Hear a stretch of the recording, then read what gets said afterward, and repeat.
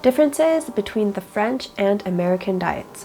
What do the nutritional recommendations say? So I know that a lot of you are interested in the French way of eating, the French diet, and also most of you are American and have been asking me to kind of compare both diets. And a question I've gotten concerns the differences between the nutritional guidelines for French people and for American people. And that's the question I'm going to try to be answering today. I'm going to talk about like the daily calorie intake, the different macronutrients, and just overall different guidelines that there may be in the two diets, and also briefly touch on what I think the main differences between the diets are as well. Before I start, I do want to make a few different disclaimers. First of all, not really a disclaimer, but I am sick, so I'm sorry if my voice sounds weird. Really sorry about that.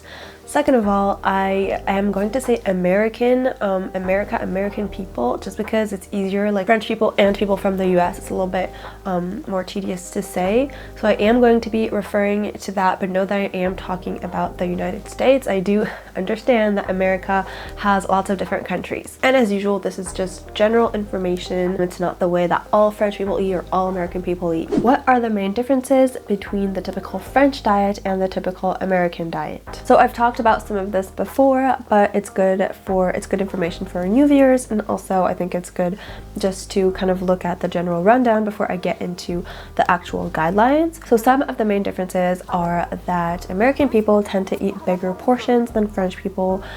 Just when you go to the United States in general, the smallest portion is like the largest portion you can find in France, and they tend to that's when they eat out, and then they tend to bring that mindset into their at-home meals, so the portions are just bigger. Also, the foods are more often very processed, at least more processed than French foods. There's not really this notion of having to eat fruit and vegetables with each meal, whereas in France that's like a notion that's like really important. I've rarely eaten a meal in French families that don't at least have some sort of fruit or vegetable throughout the meal. Mealtime is also very important in the French culture. It's usually pretty long, and people usually have like 3-course meals that they sit down to eat. They take the time to eat, and they have it with their families, and they enjoy it together as a family. Whereas in the United States, more often everybody like just kind of eats their own meal whenever they feel like it. They kind of eat like whichever foods they want, and I would say the meal isn't as structured. In France, it's more likely that you're going to have a little starter, and then that's like maybe like a type of vegetable, a little salad, a little soup, something like that. Then you're going to have your main course, which is most often made from like whole foods. French people usually don't open like a box of processed foods and have that as their meal. And then there can be dessert. It can be like a yogurt, or it can be like fruit, or it can be like an actual pastry, but that's pretty rare. They don't have like pastries every single dessert. If you're interested in more information about that, I made a bunch of videos that can help. The main one is how French women don't get fat. You can check it out here or in the description, and I'll be leaving more links also in the description. So now that we know what the typical diets look like for American people and French people, let's look at the nutritional guidelines, nutrition recommendations, and see if some of the differences can stem from that. Now let's look at the typical calorie consumption between American people and French people, and I'll be linking to my sources in the description if you're interested. So if we look at the average American calorie consumption, it's around 3,700 calories, whereas for the typical French person, it's around 3,500 calories. So that's not really that different. I mean, I guess some people may say that 200 calories is a big difference in weight over like each day if you add that every day, and then every year, of course, that could explain the little weight difference. It's not that surprising because I think that French people eat pretty high in calories.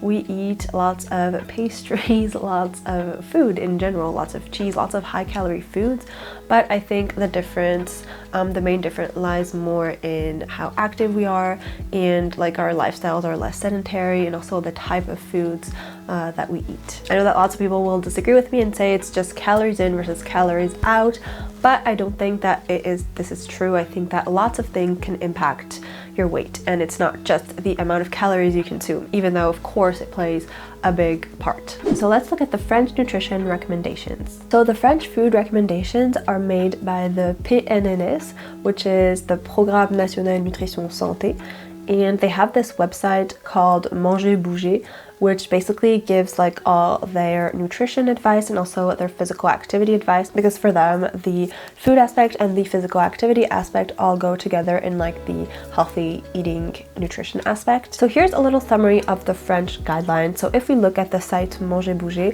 they have this really nice layout where basically it's like into 3 categories. You have augmenter, aller vers, and réduire. So that means the things that you need to increase, the things that you need to like lean towards, and the things that you need to reduce. So if you look at the things that you need to increase, they say that you need to increase your intake of fruit and vegetables, your intake of legumes, so lentils, beans, peas, etc., your intake of nuts, your intake of homemade meals, and you also need to increase physical activity. Then in the like leaning towards category, they kind of talk about foods that you should be leaning towards more as opposed to like other foods. So the foods that you should be leaning towards are whole grains, so whole grain bread, whole grain cereal, whole wheat pasta, whole wheat couscous, whole wheat like brown rice, all of these things, like the whole wheat alternative, fish, olive oil. Then there's this interesting thing where they say that you need to consume enough dairy but also limit it. So I mean, the message is kind of unclear. Basically you need to meet like your needs exactly, but then don't go overboard because it's not that good for you. And then they also talk about going towards more locally grown fruit and vegetables, organic fruit and vegetables, and like eating in season. And then in the reduced category, they say that you have to reduce your alcohol intake, your intake of sugary drinks and like sugary foods in general, like with added sugar, your intake of salt and like salted products, your intake of charcuterie, which is kind of like processed meat, I guess, your intake of meat in general, and also reduce time that you spent sitting down. And now let's look at the main nutritional recommendations for Americans. The info I found is that every 5 years, the U.S. Department of Health and Services and the U.S. Department of Agriculture get together and make this nutrition guide for Americans, and it's called the Dietary Guidelines for Americans, and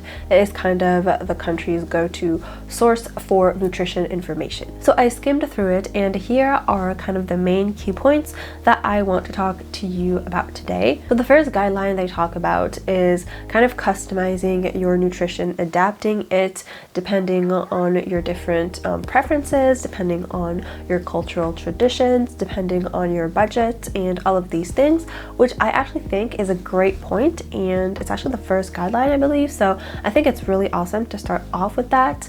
It would be, ridiculous to assume that everybody has the same way of eating and that everybody should eat the same way, and that there's like this one-size-fits-all approach.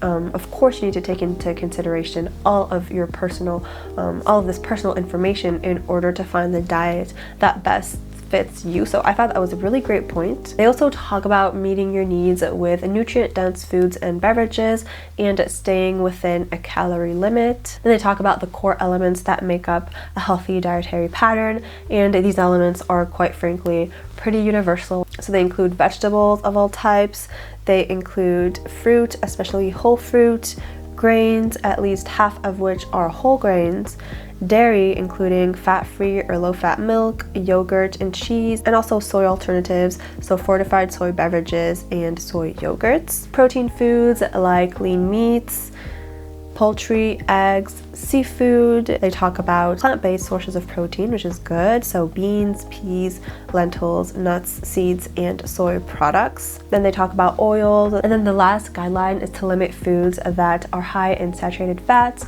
or high in added sugars or high in sodium. They also give you numbers, like they say that no more than 10% of your calories should come from added sugars, and same thing, no more than 10% of your calories should come from saturated fats and things like that. So let's get into a little tiny analysis. So I actually find both the French guidelines and the American guidelines to be pretty good, and I do think that they are pretty similar. In fact, I would say that In general, the French guidelines are more modern, I would say. They have a more like holistic approach, and they're kind of laid out in a way that's like easier to integrate into your daily life, I find. They're not giving you any specific calorie requirements or macros that you need to be eating, or like specific numbers of intakes of foods that you need to be eating. They're more focusing on like a global approach, so telling you in general which type of foods you should be adding to your diet, the type of foods you should be like transitioning towards, and then also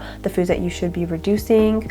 In general, for like being healthy, they also address physical activity, and I think that's like really the French way. It's not about trying to tell you like specific numbers, specific things that you absolutely should avoid, or like never eat, things like that. It's more about like this kind of general, more global approach. Whereas I feel like the American guidelines are a bit more like traditional. Not that that's bad or anything, but it's more, they talk about the plate method, which is like a pretty old way of viewing things. Again, like I have a couple videos actually on the plate method, and I think it can be something great for people who have no idea how to start out like with healthy eating. But just saying, you can tell that French people in the French guidelines, they have a better understanding of that, because they're like, okay, we don't need this plate method thing. The US guidelines talk about like which macros you should be eating, like the quantities of like salt and sugar that you shouldn't be going above, things like that. And so it's more like specific, I would say. And again, the French guidelines, it's more of like this general thing. Like they say you should increase your fiber intake, you should like decrease your sodium intake, but it's like pretty general. Another thing I noticed in the French guidelines, and to be honest, I was actually pretty surprised, pleasantly surprised that it was there, is that they really talk about reducing meat and finding like plant-based alternatives. They talk about the negative impact that meat can have, and they really say that you should be trying to limit your meat intake. They even say that you need to like mix grains and legumes together to get like optimal protein, and they really insist on all of these plant-based protein alternatives, which I thought was really good. And even with the dairy, there's this kind of guideline that I talked about where they're like, you need to drink a little bit of milk, but not too much, whereas the American guideline is still like you need to be getting in the dairy products. So in the American guidelines, this aspect of like animal products is totally absent. I even went into the fourth guideline, which was like reduce your saturated fat intake, and I was like, okay, they're probably going to address meat there, but not really. They don't. Basically, they say something like saturated fat is like inherent to certain foods, like high fat meat, for instance, and there's just like nothing you can do about that. But what you can do is limit the saturated fats that you find in like desserts or sweets. And I thought that was like a kind of a missed opportunity to say, you know, that meat in general should be limited, is not the healthiest, and that you don't need meat for a meal to be healthy, but they don't address that at all. So I thought that was a little bit lacking. They do talk about other sources of protein that aren't meat, but they don't like address it at all. They just say like sources of protein, and then there's like all this meat, and then there's like a few plant-based proteins at the end. Whereas like the French guidelines, they're really making an effort to get you to kind of transition to like more plant-based sources. And again, that's like really surprising to me. I know that lots of French people are really adamant about eating their meat in their meal, and they feel like eating a meal without meat is not a real meal. So I was actually pleasantly surprised again. But I mean, I'm like nitpicking here. If you look at like the grand scheme of things, the recommendations are actually pretty similar, as they should be, because nutrition is not that complicated. I made a video on why nutrition is so controversial that you can check out here, but it's just that you have all these people giving like all these different diets, but if you go back to the basics, it's the same, you know, more whole grains, more fruit and vegetables, less processed foods, less saturated fats, less added salts.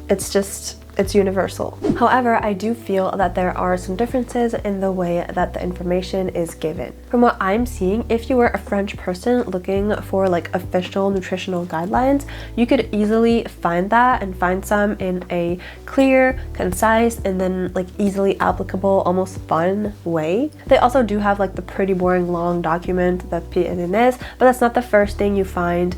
The first thing you find when you actually search like government official nutritional recommendations recommendations is the website called Manger Bouger, and there you have all of this information that is really laid out in a really easily accessible, fun, easily understandable way. I'm trying to find the English equivalent to the word ludique in French, but I can't find it, and that's too bad because that's exactly the word that I'm looking for here. Whereas as an American, you really have to go searching for this information. If you were just wanting to research quick, easily applicable in nutrition info, it would be difficult. You would find this long, tedious document, and that's not like easily digestible. No pun intended. The information is good, it's just not easily accessible. And then of course I know there are tons of other ways to get nutritional information, like watching my videos, but for someone who wants like the government approved official recommendations, then it's pretty hard. Also, a difference is that in France, these guidelines are really like ingrained into our lives. They are repeated to us all the time. There's these posters of which foods to eat and things like that at doctor's offices, at school, just like billboards as well. You hear every time you have like a TV commercial, you have these commercials that tell you manger au moins 5 fruits et légumes par jour. I'm sure that like every single French child has heard that phrase over and over and over. So this information is really integrated into our lives, and I guess that makes a big difference. Okay, so that pretty much wraps up the main differences between the French and American nutritional recommendations and then like the diets in general. Don't hesitate to tell me your thoughts in the comments. If you're French or American, it can be interesting to get your point of view. And then also if you're from a different country, it can be super interesting to know about your guidelines and your way of eating as well. That's it for this video. Thank you so much for watching. If you enjoyed it, don't forget to like it and subscribe, and see you on my next one. Bye!